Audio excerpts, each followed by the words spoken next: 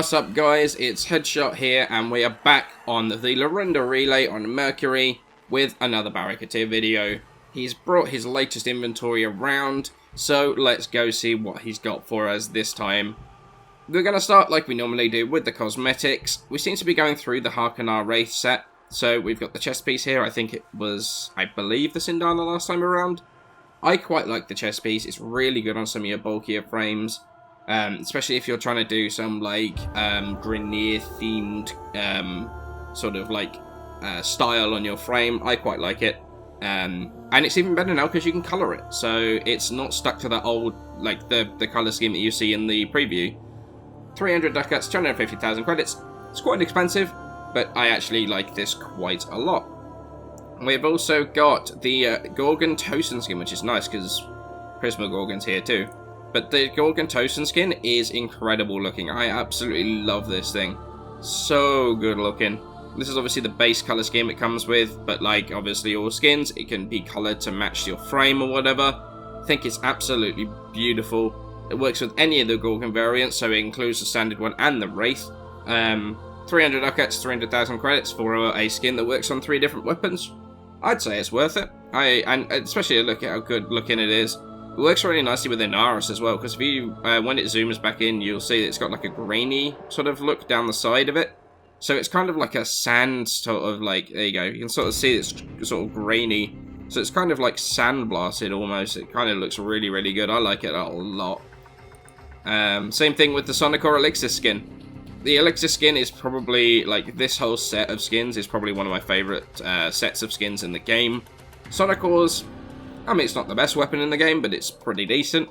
But look at that skin, it's so good. Like, that base colour scheme as well looks absolutely fantastic. It's almost, like, so good I don't want to colour it.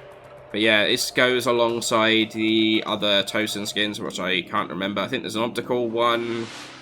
I don't remember what the other ones were, to be honest. I remember there's an optical one, though.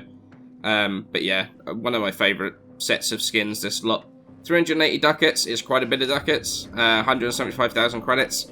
It's not the cheapest skin in the world, and it's only for one weapon. So if you don't really use the Sonicor, I mean, it might not be worth picking it up for you if you're trying to save on the ducats, ready for, like, post-Fortuna stuff. But I'd say it's worth grabbing now, while it's here, because you don't really know when it's going to be back, to be honest. We've also got Sentinel stuff. We've got the full set of the Katir stuff for your Sentinel. So we've got the Katir mask here, which is, I mean, it's alright. It's got that cool little sort of projection on the front here. 500 ducats, though, for the faceplate for your Sentinel. I find that hard to recommend, because that is a lot of ducats, to be honest, for a faceplate. But you know, if you're trying to do a Katir themed thing, it might be worth picking this up for you. 200,000 credits isn't exactly anything to sniff at either, to be honest. Katir Sentinel wings. For some reason, the 2 wings is less expensive than a single mask. I don't know. Go figure, I guess. But yeah, so we've got the 2 wings here. Still got that diamond theme going on, and we've got the projection, the diamond projection of Barracuda's head, basically, coming off the side here. So they're not bad looking, to be honest. Again, though, it's pretty expensive, so unless you're doing something specific, this might be an area where you can kind of save ducats if you're not too fussed about Sentinels, or this kind of, or this customization for them, to be honest. And that same really goes for the Sentinel tail. Look, again, the whole diamond theme going on with the projection. It doesn't look so bad once you get, like, everything on, but I don't know, I'm not a big fan of it myself.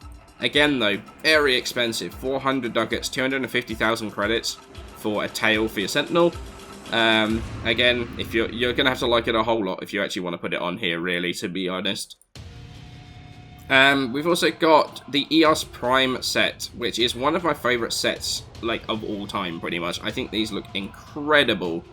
That chest piece there, look, with the, I mean, it looks like it's got the Prisma effects going on, even though it's not actually a Prisma set.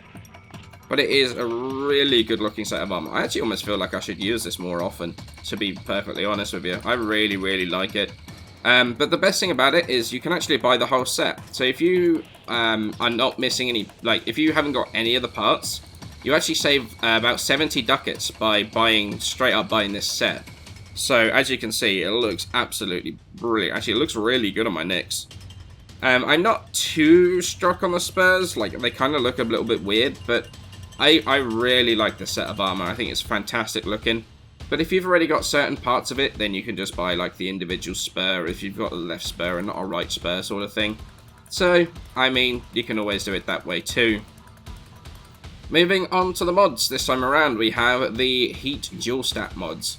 Now, I'm going to be honest with you, I'm going to recommend not buying these, because every single one of these is farmable in-game. You can get, so Thermite rounds is from like the tier 3 sort of spy, and that includes like Kuva spy.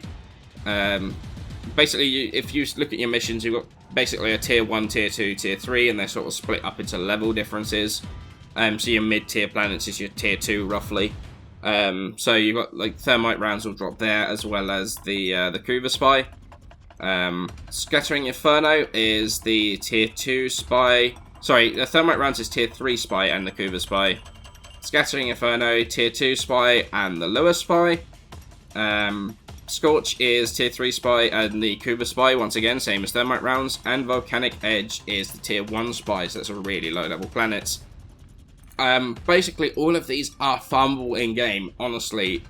And while they're 300 ducats a piece. Realistically, you could sell the parts from those 300 ducats for platinum and buy them cheaper. They're not that expensive at last time I looked anyway. So you can buy them cheaper. Like, I mean, plus if you run a lot of spy, like, I mean, I haven't actually bought any of them. And I know I've got rid of a bunch as well. So I've got 21, 22, 15. I don't run sort of like mid-tier stuff or Lua spy very often, so I've only got 5 of these.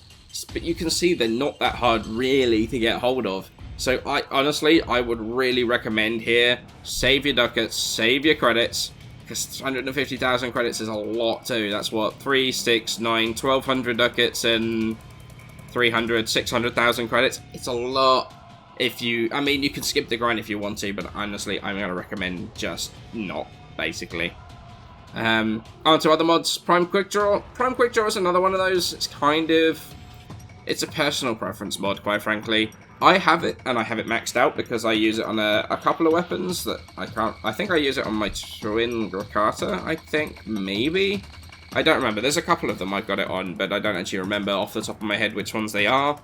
I quite like Prime Quickdraw, but it's not for everybody, really.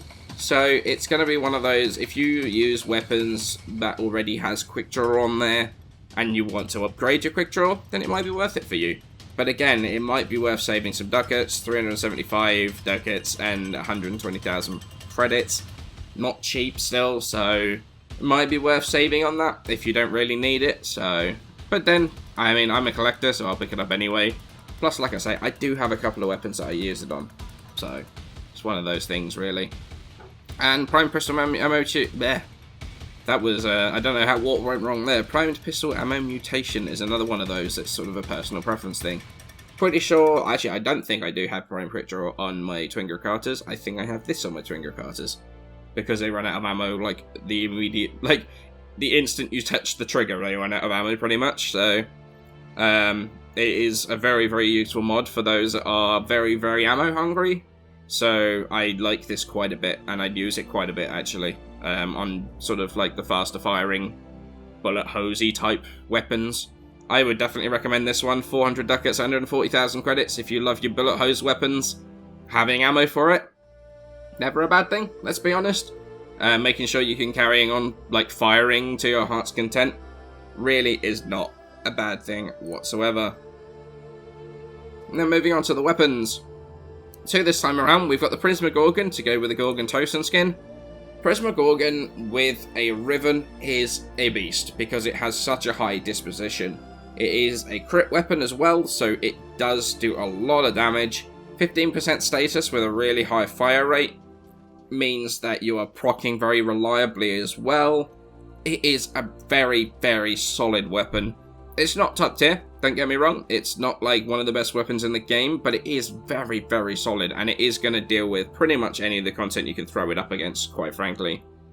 This is absolutely sortie worthy, even more so if you put a ribbon in there. Like I say, I've got a crit ribbon for this, and it pushes me into orange crit territory with ease, and it just shreds everything. It is brilliant. I really, really like this thing. There are those that don't, and don't think it's worth it. I'm going to say it's worth it. I mean, it's worth it for the mastery anyway. 600 ducats, 50,000 credits. It's still 3,000 mastery at the end of the day, but I actually think that this weapon is a lot of fun, and I think you will actually really, really enjoy it.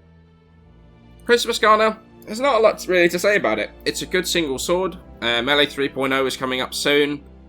I mean, it's nothing particularly special. It's good. It works really nicely as like a blade you can stick on for... Actually, you don't even need it for XCO anymore because of the... for the thing. I mean, but you still get the bonus on XCO is what I'm sort of going for here. It gets the bonus of the one-handed swords.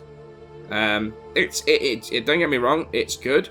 Although nothing particularly spectacular, I would say. 510 ducats, 175,000 credits. With Melee 3.0 around the corner, I'd say it's worth picking it up no matter what you sort of think about it. I'm probably going to pick up a couple of extras ready for when 3.0 comes out and people realise they haven't got the Prisma Scanner anymore. So I'm probably going to be doing that. But it's definitely expensive. 510 ducats is not anything to sniff at, to be honest.